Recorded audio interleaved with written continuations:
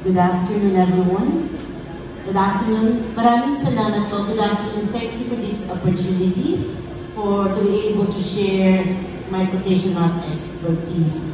For dear Execo members, all the directors and our developmental partners, thank you very much again for this opportunity. It's with my humble presence and with deep appreciation, I hope you allow me to share with you my short but very fruitful journey as a patient safety officer for a tertiary hospital in Manila for the past 5 years. I'm going to tell all the leaders in the room, it's not going to be easy. Because when we talk about patient safety and we hear our National Patient Safety Program, it's surfacing what is naturally we keep under the table. And that's errors, mistakes, harm to patients, for which we need to have a culture change. And it starts with leaders like you. It starts with the people in this room. Allow me now to actually borrow some slides from the JCI to show you how we can actually be inspired and what is the journey we have as leaders for patient safety. Can I have the next slide, please? I deliberately did not add a laptop because that might distract me. Allow me to walk around because I do not have eyes behind my back. So I'll be reading the slide. My agenda for today is 1. What does it mean to become a leader for patient safety? What is governance in patient safety?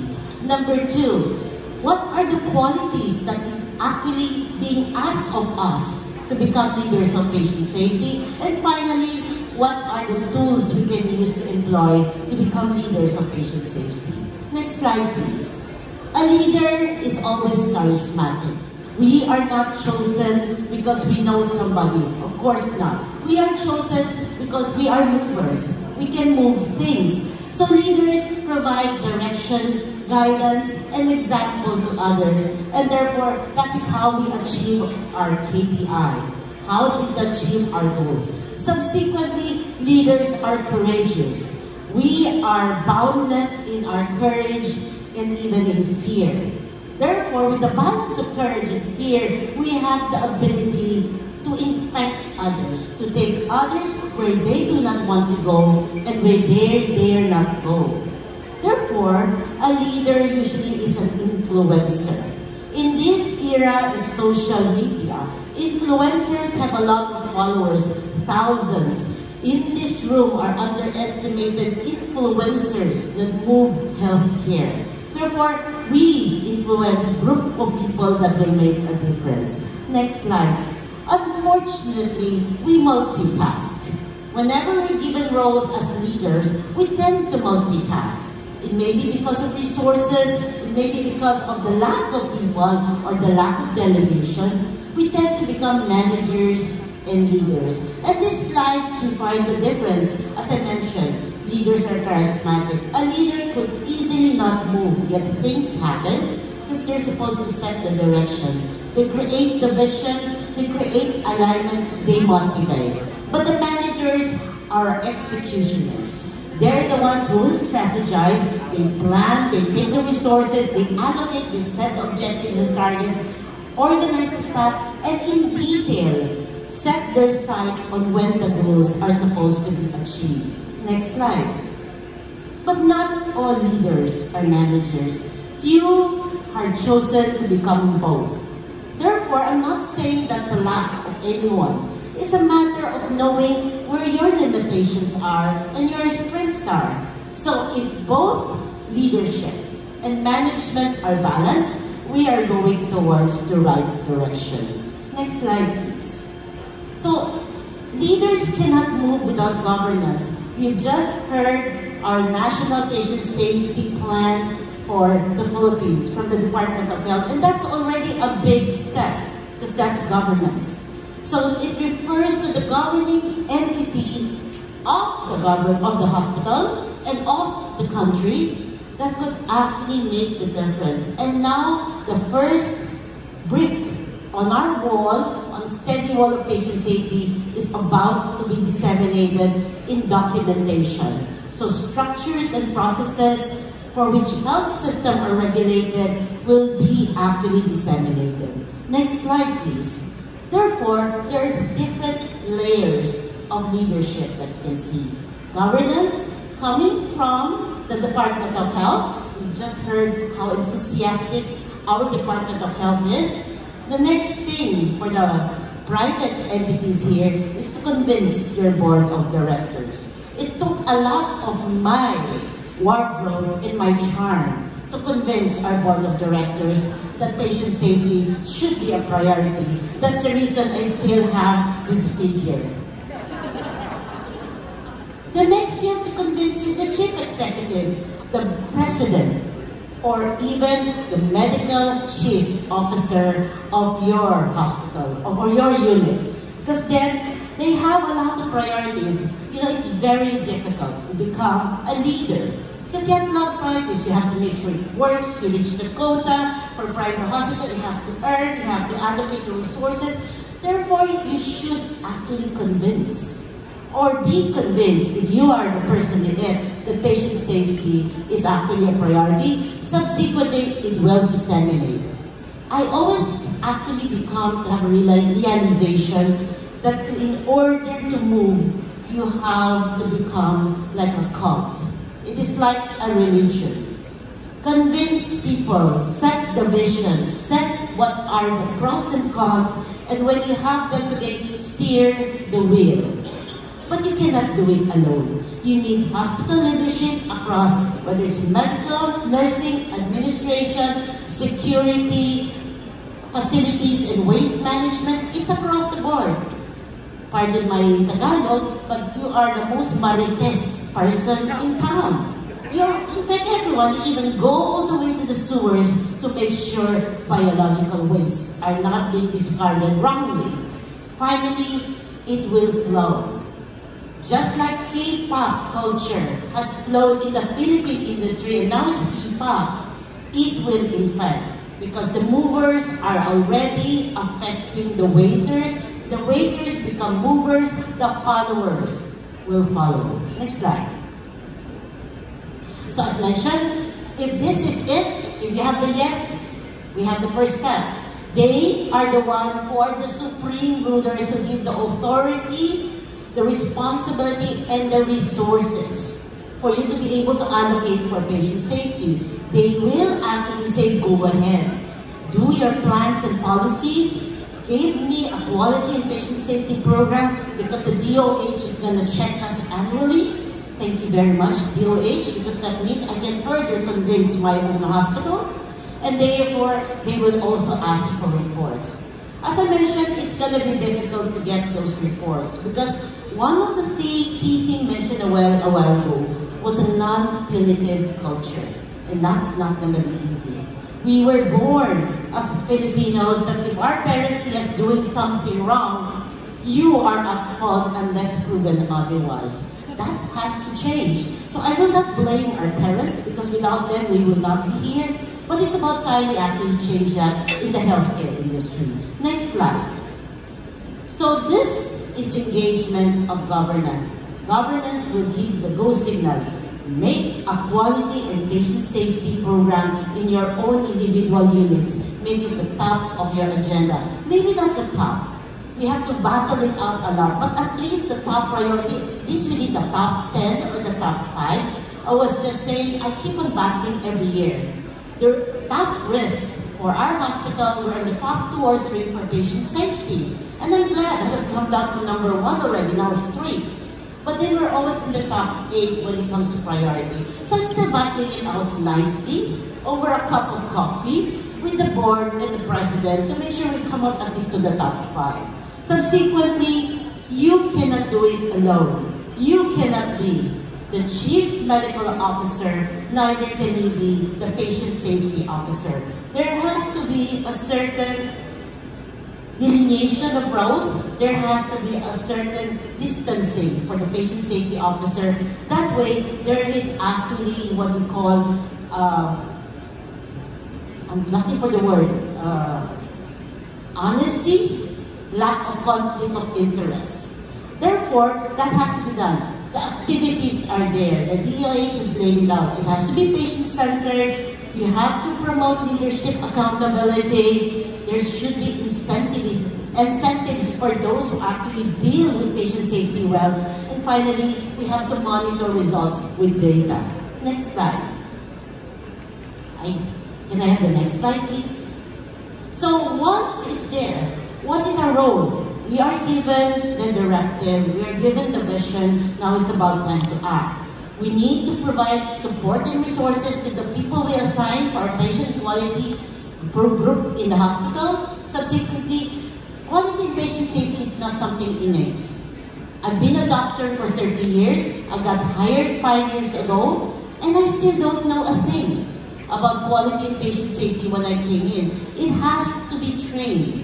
You have to have certain knowledges about regulatory policies to indicate that you're doing right, benchmarking against other countries and other hospitals on how we do our patient safety activities. It has to be credentialed, licensed staff. Make sure that everyone who does their job are licensed to do. A safety officer cannot be assigned just because he's available. He has to have knowledge about what is the best practice there and has to be something that is learned. Subsequently, we need to incentivize and reward quality improvement programs. Next slide. So what does the chief executive and the hospital leadership do in tandem? One, they will initiate quality and patient safety programs by strategy, operations, and engagement. Next slide, please. In terms of strategy, we cannot move forward not realizing where we're coming from. We do not just forge and come up with a medication safety program, not knowing where we're at. So the first is to look back, analyze our present situation, look at our strengths, look at our weaknesses. Maybe you can work on the strengths because you have already the team for that, but also slowly work on your weaknesses. Develop the mission vision. The DOH has already developed our own mission vision, but each unit should also have yours. Make it smart, make it specific, make it achievable, make it measurable, make it time-bound. So don't say, I'll have a patient safety program forever. What will I achieve within the year, in 3 years? And that way it's realistic. You can actually monitor it. Subsequently, align them with the performance expectation with the mission by virtue of getting reports, getting data, and setting priorities based on your data that you collected. Next slide. We need to operationalize that. It's easy to read. It's easy to get the principle, but how do you actually do that? Nobody will be able to start. Think big, start small. We start with the patient safety officer together with the leader of the hospital, sit down over merienda, over a very good cup of chocolate and probably Bicol Express, and subsequently think, what can we achieve this year? Ask the patient safety officer that you assign, what is our goal for this year? Should we focus on the reporting scheme first? Because people are not reporting adverse events. How do we do that? Strategize on that. Train the staff. More often than not, and when I mention staff, even the doctors. Doctors presume that patient safety is assured because I have the best competency and skill. But lapses in patient safety usually is because basic safeguards that doctors do not know are actually not followed, such as a surgical checklist that more often than not, thank you very much for the Philippine College of Surgery, more often than not are not followed by a lot of doctors because they're in a hurry. So you have to reiterate, it's a big educational program. As I mentioned, it's not starting a culture about what patient safety is all about. Focus on process, not the person. So you're not a witch hunter who did the most mistake, but probably to ask, why are these mistakes occurring? And this can be done by licensed staff, trained staff on patient safety and quality procedures. Next slide. We need to engage. It is not alone. It will not work if you don't affect the rest of the hospital. if you are actually going to come up with a very good patient safety program, as a leader, you need to designate people that will represent the hospital. And as I mentioned, it's just like COVID. It takes one to carry it and infect 5 more. That's the Delta. So which means we have to do that also when we want people. So this is actually like getting disciples of patient safety among your people who will disseminate for you. I did this actually. I participated in every committee in the hospital. I'm in the OR committee, I'm in the fall committee, I'm in the safety officers committee, I'm in the water committee, I'm also in the electricity committee, because now we're going to talk about carbon emission. Because that's the only way. You capture knowledge, you capture data. Get people who will do that for you, and you'll be able to get all the data you want. And you also need to communicate effectively. Listen, and then recognize who did well and who did not. Therefore, a patient safety program will not only be manned by doctors nor nurses. It will be multidisciplinary, manned by the different key people in the hospital who will be reporting to the medical chief about what are their inputs, even those who will represent the patient in terms of patient feedback. Next slide, please. So what happens then? I get all my information, I'm the medical chief. With my patient safety officer, I will go back to DOH. I will go back to the board of directors and present to them what I found. I will talk to the staff, and in full disclosure, I'll tell them where we're at. Let's be together in this. Engage them, embody them, make them own the process. Subsequently, that will express itself to the stakeholders and the public, which is our patient. Next slide. So, what could be expected of a patient safety officer? This is a little bit iffy for me because now I have to do an introspection. I'm sorry, pardon the title. I have to look inside. Nagmuni-muni ako sa sarili ko kung ako ba ito. And I think I must have some of this because I still have my job. Let's go through first the common feature of good leaders in patient safety, which is not easy to do, already said, is to have a high degree of emotional intelligence. Next slide. What do I mean by that? All leaders have that. Yes, all leaders have emotional quotient, but you need to upgrade it further. You cannot be iPhone 13 forever because iPhone 15 is out. And sad to say, that has to be it. As I mentioned, use everything in the tool that you have. Choose your sexiest patient safety officer if that will work for the departments that actually love a good figure. Next slide. First and foremost, the leader should have a very good attunement to emotions, to be able to discern how the other people are actually accepting the notions or the principles or even the directive you're giving. So which means, first and foremost, self-confidence is part of it. Number 2, there's a reassessment, of course, of the self. You have to believe it, to transmit it. We are the best marketer and seller of patient safety. So if you don't believe it, they can feel it. Number 3, a good sense of humor will come in. Because you have to have put down your ego, therefore you have to have a good grasp of how to make the people across you feel good, because you are transmitting something good. 1, that is self-awareness. 2, self-regulation. I am not exactly a good practitioner of this. There's a lot of time the president of St. Luke's pulled my skirt, which was quite short at that point in time, because I wanted to scream. I wanted to reply. But the answer to that is, take 3 deep breaths, make it 5, which is difficult. Think and strategize how to answer. That person matters. You cannot lose that person. And it is something that actually will have. Therefore, that person should have integrity. Because as I mentioned, who will believe somebody who does not practice what they preach? Comfort with ambiguity. So which means, regardless of who I'm talking with, I would probably have to make sure I smile. And finally, you have to also be open to change. Next slide. Passion. Your patient safety officer should be somebody who has the drive, who have that obsessive drive to ensure that project works, who believes in patient safety, has the optimism, because I assure you, there will be a lot of roadblocks.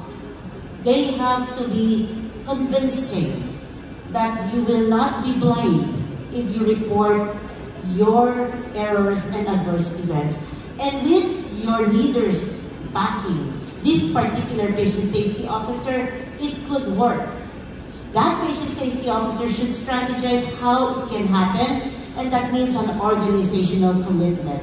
In St. Luke's, as I was mentioning, incident reports go directly to the Quality and Patient Safety Office because we have no authority to do any disciplinary action. They do not anymore go to HR unless we submit it. And we found a markedly 30% increase in the reports that we're getting from the staff, whether it's a nurse or an ancillary staff. Next slide. The ability to understand, empathy. So which means that's why you can choose a patient. It doesn't necessarily have to be a doctor. I think I'm chosen because I don't know. I don't want to say I'm empathized enough. I think it's the others. But I have my staff. It cannot be me alone. I have a group of staff, and whenever they're going to be asking for some reports, conducting root cause analysis with some of the adverse events, I actually deploy them. It's better for them to talk to somebody who they can actually connect with.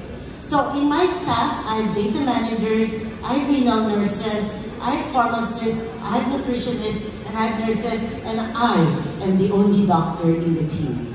That's why I deal with the doctors. Next slide. And of course, very effectively, there has to be social skill. Managing relationships, building blocks. No man is an island. Patient safety group should not be an island or working in silo inside the hospital. Therefore, that particular individual or group should work closely with the others, whether it's planning, corporate planning, accounting, legal, or even hospital operations, and to build rapport. That way you can actually extend a networking of quality leaders among the different groups too. Next slide. So these are some of the training in quality for leaders that we've seen. We can actually have leadership and quality training. I mentioned the JCI already. Change management training, and across all accrediting bodies across the globe, they do have training for this. They have to have a team approach for decision making, or sometimes they can have tracer methodology, error prevention methods, or risk reduction methods. Next slide. What are some of the tools you can apply to show engagement in the hospital? Leadership walk-rounds, touch base with the frontliners, because they are the ones who will make patient safety a reality. Safety briefings, you can include that in your daily huddle. That way people will say there is accurate transparency regarding events that occur in the hospital. Adopt a work unit. We are actually mandated to go to one part. I did work. I'm a very terrible clerk, admin assistant for our pathology. That was the day they showed a decrease in efficiency because I was there. So adopt a work to understand what the staff is undergoing. Of course, we will recognize benefits, barriers and benefits later on. Include them data. Data is gold. Collect data. Analyze data. I have 5 data managers in my team who actually scientifically and mathematically analyze the data and do my prioritization matrix every year on what we're going to focus on. And finally, engage patients and families.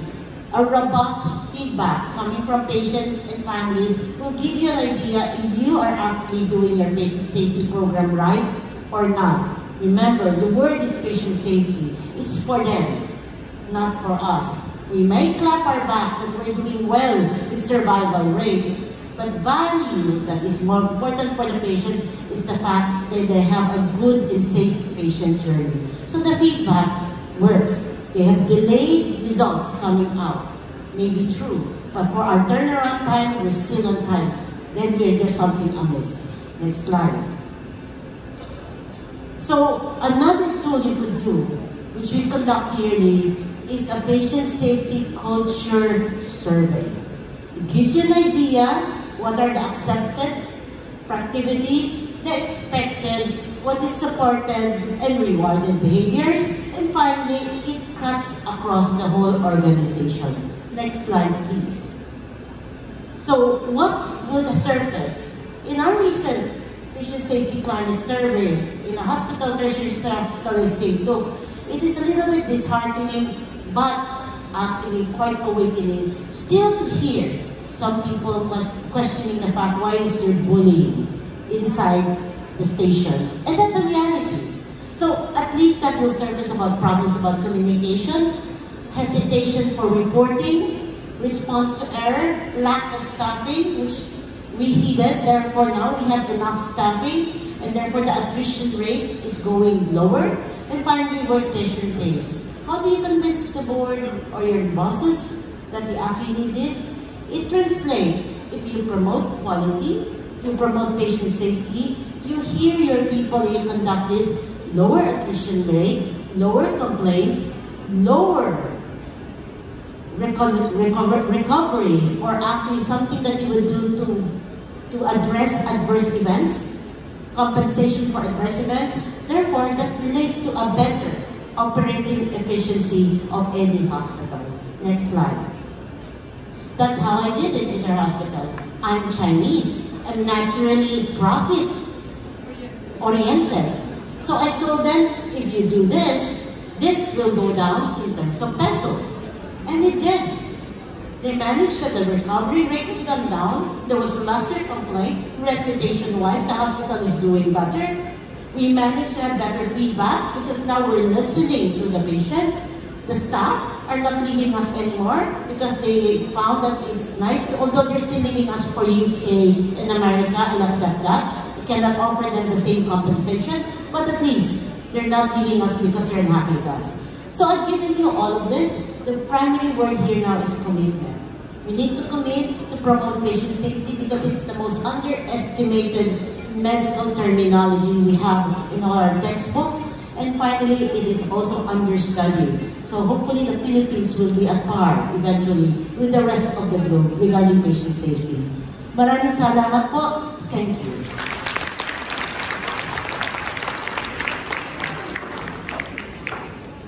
Thank you, Dr. Helen Ong Garcia, for that insightful and inspiring